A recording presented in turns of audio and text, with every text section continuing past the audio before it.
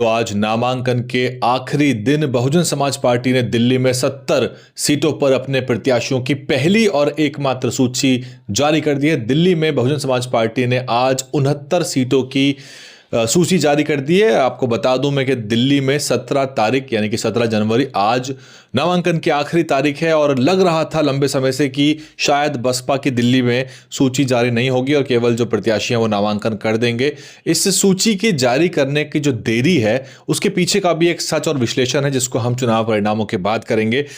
कौन कौन कहां से प्रत्याशी बना है मैं आपको बता दूं। वैसे तो जो लोग बसपा की राजनीति को फॉलो नहीं कर रहे या पहली बार दिल्ली चुनाव का हमारा कवरेज देख रहे हैं उनको मैं बता दूं कि बहुजन समाज पार्टी भी यहां पर चुनाव मैदान में उतरी हुई और कांग्रेस, भाजपा, आम आदमी पार्टी के अलावा यहां बहुजन समाज पार्टी समेत आज़ाद समाज पार्टी और असदुद्दीन ओवैसी साहब की पार्टी AIMIM भी अपने प्रत्याशी उतार रही है। उसके अलावा भारतीय जनता पार्टी ने दिल्ली में 70 में से जो 2 सीटें हैं वो अपने बिहार के गठबंधन सहभागियों को दी है। JDU को बवाना की सीट दी गई है जहां पर JDU के दिल्ली प्रदेश के अध्यक्ष शैलेंद्र कुमार लड़ेंगे और देवली आरक्षित विधानसभा लोक जनशक्ति पार्टी यानी कि चिराग पासवान साहब, रामविलास पासवान साहब की पार्टी को मिली है। शुरुआत करते हैं। पहले तो आपको मैं सूची पढ़ के सुनाता हूं। आपकी स्क्रीन पे भी आप देख ही सकते हैं कि सूची लगातार चल रही है और 12 आरक्षित सीटें हैं दिल्ली में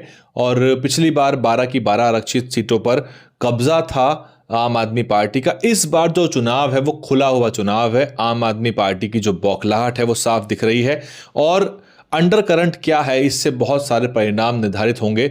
लेकिन बात अगर बसपा की करें तो बसपा ने जो चुनावी प्रक्रिया है वो चुनाव के घोषित होने के लगभग कुछ दिन पहले ही शुरू की है और लंबे समय से बसपा की यहाँ कोई बड़ी चुनावी तैयारी नहीं है और पिछले जो परिणाम है बसपा के वो भी चिंताजनक है। लेकिन अगर कहें तो दलित समाज के पास एक मौका है कि अगर दिल्ली का जो दलित समाज है वो केवल भाजपा को हराने की कवायद से बाहर निकलता है तो यहाँ पर उनकी अपनी पार्टी मौजूद है। लेकिन सवाल यही कितने लोग जो हैं वो बसपा की तरफ आएंगे ये देखना होगा। आकाश आनंद ने 2 चुनावी सभाएं की हैं और अब तक बहन जी की चुनावी सभा होगी या नहीं इसको लेकर तस्वीर साफ नहीं है। अगर हुई तो एक सभा बहन मायावती जी की भी यहाँ हो सकती है। इस तरह से कुछ प्रत्याशी हैं। नरेला से वीरेंद्र खत्री, बुराड़ी से गंगाराम है और बुराड़ी वो सीट है जो बसपा दूसरे नंबर पे भी रही है और अच्छा वोट मिलता है। तिमारपुर से सुरेंद्र पाल जाटव बसपा के प्रत्याशी हैं। आदर्श नगर से अब्दुल जब्बार, बादली से रविंद्र कुमार, इठाला से नियाज खान, बवाना आरक्षित सीट है, हीरालाल यहाँ बसपा के प्रत्याशी हैं। मुंडका से सुमनलता सहरावत और किराड़ी से जुगवीर सिंह जी जिनकी विधानसभा में आकाश आनंद जी की चुनावी सभा हुई थी। हमने जुगवीर सिंह जी का इंटरव्यू भी किया था। वो पुराने बसपाई हैं और जाट समाज के मजबूत नेता रहे हैं। उनकी जो पत्नी है वो पार्षद भी रही हैं बसपा के टिकट पे दिल्ली में। सुल्तानपुर माजरा से एडवोकेट कुलवंत राणा और ये आरक्षित सीट है। नांगलोई से मुकेश, मंगोलपुरी आरक्षित सीट से मुकेश गौतम, रोहिणी से हर्षद चड्डा, शालीमार बाग से श्याम कुमार शर्मा, शकूर बस्ती से विजय कुमार, त्रिनगर से पवन कुमार गर्ग और वजीरपुर जो है वहाँ से श्री हीरालाल, मॉडल टाउन से चुन्नी लाल, सदर से शैल कुमारी, चांदनी चौक से कालीचरण, मटिया महल से तेजराम, बल्ली मरान से सोनू कुमार, करोड़बाग से रंजीत कुमार गंगवाल। पटेल नगर आरक्षित सीट है। राम अवतार भारती और पटेल नगर की चर्चा करता चलूँ मैं क्योंकि अलग से जिक्र करना शायद संभव ना हो पाए। पटेल नगर वो सीट है आरक्षित जहां पर सीधे तौर पे जाटव नेताओं का मुकाबला है और यहां सभी पार्टियों की तरफ से कद्दावर जाटव नेता जो हैं वो चुनाव मैदान में हैं।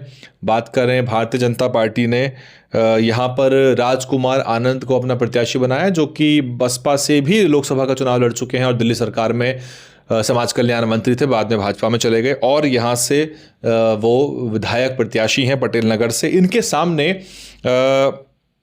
रमेश चंद्र रतन एक भाजपा के नेता हैं, उनके पुत्र जो हैं वो चुनाव मैदान में हैं और वो एक जाटा समाज के नेता हैं। हालांकि उनके जो पिता हैं उनका संबंध भाजपा से रहा है लेकिन वो आम आदमी पार्टी के टिकट पर पटेल नगर में मौजूद हैं और कृष्णा तीरथ जो हैं उनको कांग्रेस पार्टी ने उतारा। तो जोरदार मुकाबला यहाँ देखने का होगा कि किस तरह से, और लड़ाई सीधे तौर पे त्रिशंकु है यहाँ पे और बसपा जो है कितने वोट लेती है वो ज़्यादा महत्वपूर्ण यहाँ पे नहीं है सीधे तौर पे, क्योंकि ज़्यादा वोट बसपा की तरफ जाता नहीं है। दलित समाज भी जो व्यापक राजनीति हो रही है उसकी तरफ देखता है और फिलहाल की राजनीति में बसपा यहाँ एक बड़ा प्लेयर है नहीं।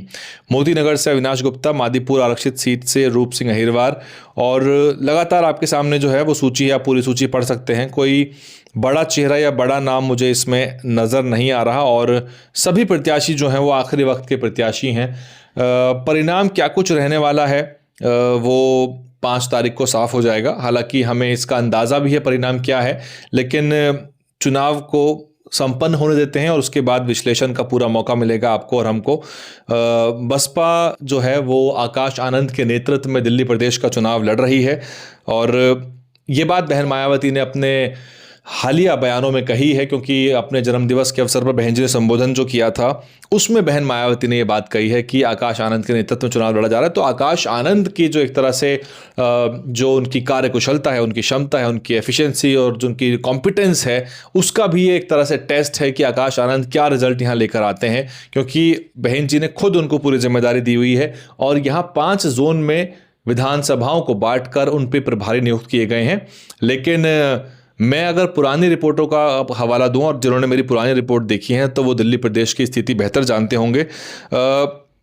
ये थी अपडेट आज की, ज़्यादा विश्लेषण इस पर नहीं करते हैं। कुछ विश्लेषणों को हम 8 फरवरी के लिए बचा देते हैं और बहन मायावती जी के जन्मदिवस के ठीक अगले दिन 16 तारीख को लखनऊ में जो उत्तर प्रदेश के पदाधिकारियों की जो बैठक हुई थी उसमें आकाश आनंद के साथ ईशान आनंद भी नजर आए, जो कि लंदन से लौटे हैं अपने लॉ की पढ़ाई करके, और उसको लेके मीडिया बहुत सारी चर्चाएं कर रही हैं। इस पूरी राजनीति और पूरे षड्यंत्र को समझते हैं कि सच्चाई क्या है, षड्यंत्र क्या है, और बसपा क्यों बार बार कटघरे में खड़े हो जाती है, और बसपा की सफाई देने वाला, बसपा की तरफ से जवाब देने वाला, या मीडिया में बसपा के खिलाफ चल रहे षड्यंत्रों को विराम देने वाला, और इस मनुवादी मीडिया ही कह लीजिए या गोदी मीडिया कह लीजिए, या फिर जो विरोधी हैं जो बसपा की जड़ को लगातार खोदते रहते हैं, उन सबसे लोहा लेने वाला एक भी व्यक्ति इस समय बसपा के पास मौजूद नहीं है, प्रवक्ता नहीं है। इन सब पे चर्चा अलग से करेंगे। इस सूची के बारे में आप क्या कुछ सोचते हैं, क्या कुछ परिणाम आएगा? आज़ाद समाज पार्टी भी मैदान में है, उनके कितने प्रत्याशी मैदान में हैं, उनकी कितनी सूचियां हैं, इसको लेकर भी एक रिपोर्ट तैयार करके आपके सामने लाएंगे। बने रहिए, दोबारा आपके सामने हाजिर होंगे। DNN हिंदी को सब्सक्राइब करने के लिए दबाएं लाल रंग का सब्सक्राइब बटन और घंटी का बटन दबाकर ऑल नोटिफिकेशन पर क्लिक करें। चैनल को जिंदा रखने के लिए नीले रंग का ज्वाइन बटन दबाकर चैनल को आर्थिक सहयोग करें।